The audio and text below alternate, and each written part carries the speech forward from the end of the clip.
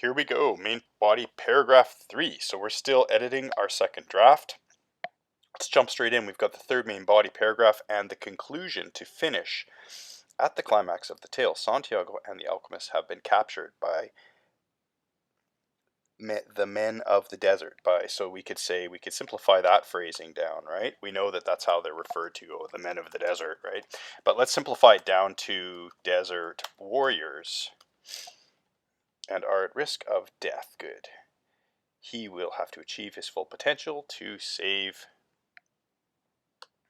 Actually, the alchemist is not really in danger, so we will change it to himself. The alchemist tells the chieftain that Santiago will transform himself into the wind, but Santiago does not know how to do this. The boy asks for time to prepare himself, so we just saved a word there. In this is the moment of truth, for Santiago must attain the insight to do the impossible or die. Coelho, 2014, crystallized the core of the challenge through Santiago's thoughts. In order to achieve one's personal legend, you must elevate yourself to your purest state. You must elevate, so we could remove this, to your purest state.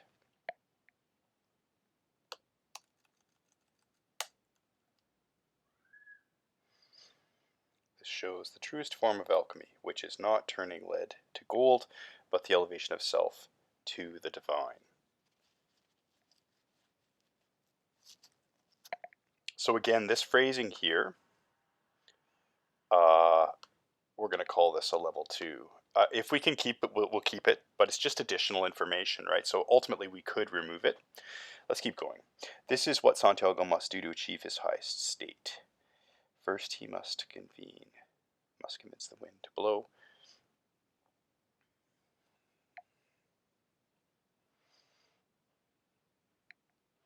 So again, this sentence here, we're kind of already setting this idea up, right? So do we need to repeat this? I don't think so. First he must convince the wind to blow so he can stare to the heavens without being blinded by the sun. Then he must challenge the sun to shine more fiercely, and all the while Santiago is piercing closer to the soul of the world by feeling the depth of his love for Fatima.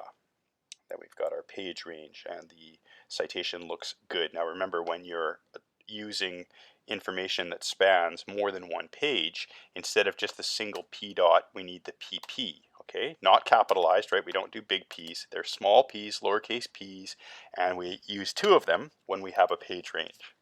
Okay, finally, Santiago accesses the connection between himself and the divine force of the universe.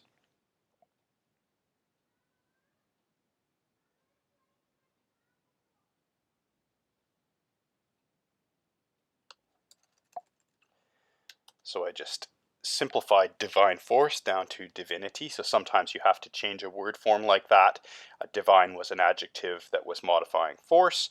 Now I've changed it to the noun form divinity. Okay, good. As he prays to the power of his love, he feels the connection of his soul and the divine universe, and the divine soul, his connection to. So we're just simplifying here, right?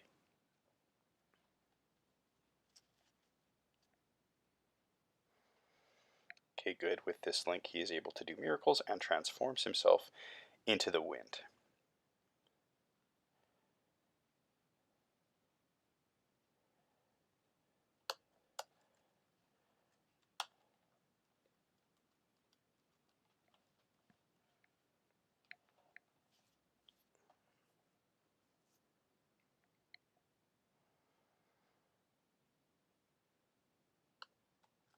Can remove the and experience here.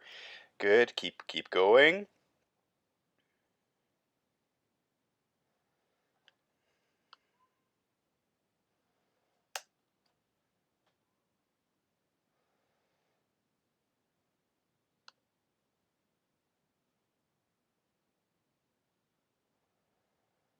Okay. Good. So we're moving on to our conclusion. In conclusion, it is the challenges that confront Santiago that push him to change. That change him. simplified. This allows him to reach his goal, which is to discover the treasure within.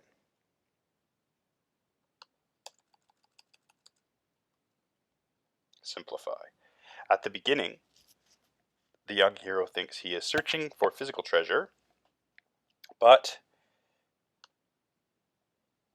he is actually trying to maximize his potential. As with the real world today, people can get caught chasing wealth when actually,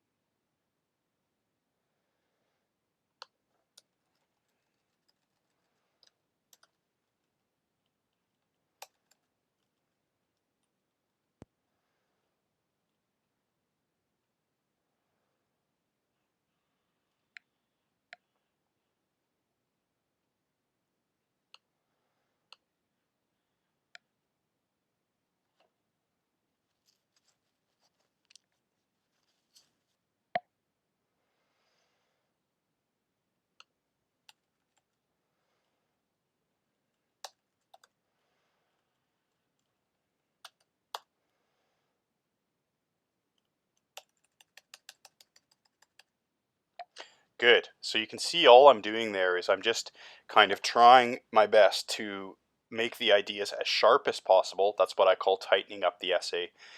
And at the same time, I just want to make sure that my citations work, the ideas are connected, the transitions are there, I'm following my thesis. All of those points look fairly solid. Let's see what we ended up at. So remember, the original word count was, I think it was, we can go back over here and we can actually find out from my first draft. So let's just go ahead and find out from my first draft. Now, when you're counting the word count of your essay, you don't have to include the title or anything you've got at the top of the page. It's just the actual paragraphs themselves. So let's see here, what's our word count? Again, yeah, there you go, it was 1230, right? So the original was 1230, and let's see what the revised word count is. This is the moment of truth, guys. Let's see how well we did. And remember, we've got a couple of those tier 2 phrases. We've got 3, I noticed there, that can come out right away if we're still not where we want to be. And my guess is we'll still need to remove a little bit. See, we're at 1100, right? So this has gotten us closer, but again, as I mentioned, you might need to go through and decide, hey, I don't need this entire triad of support. But first things first, let's get rid of those additionals, right? So these ones got to go, these tier 2 ones that we had kind of saved, right?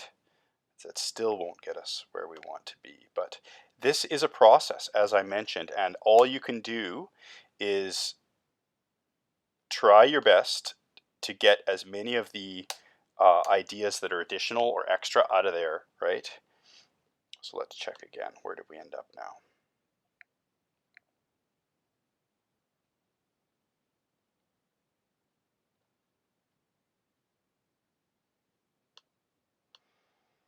So we're getting pretty close. We're actually now within 100 words of our target goal. So let's put down here. I'm actually quite pleased with that because we took out, over 130 words. We're much tighter to the goal.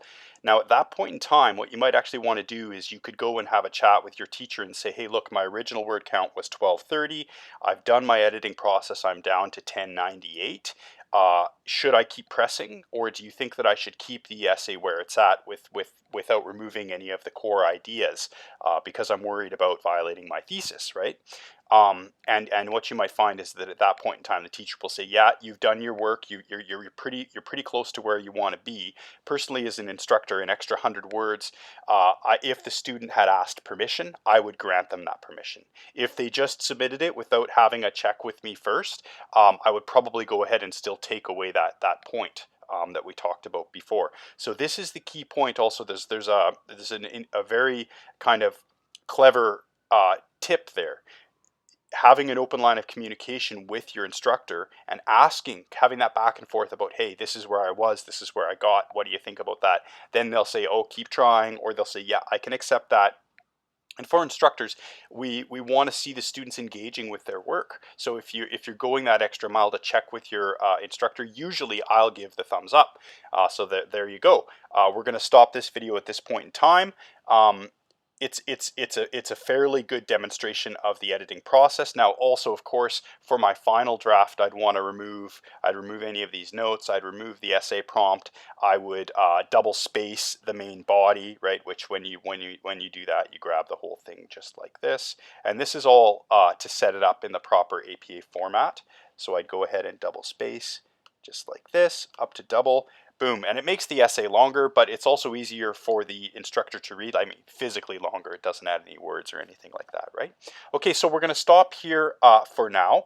This has been a demonstration on how to move through the revision process. If you have any questions about it, or if you're a little bit over and you want to double check with me, send me an email.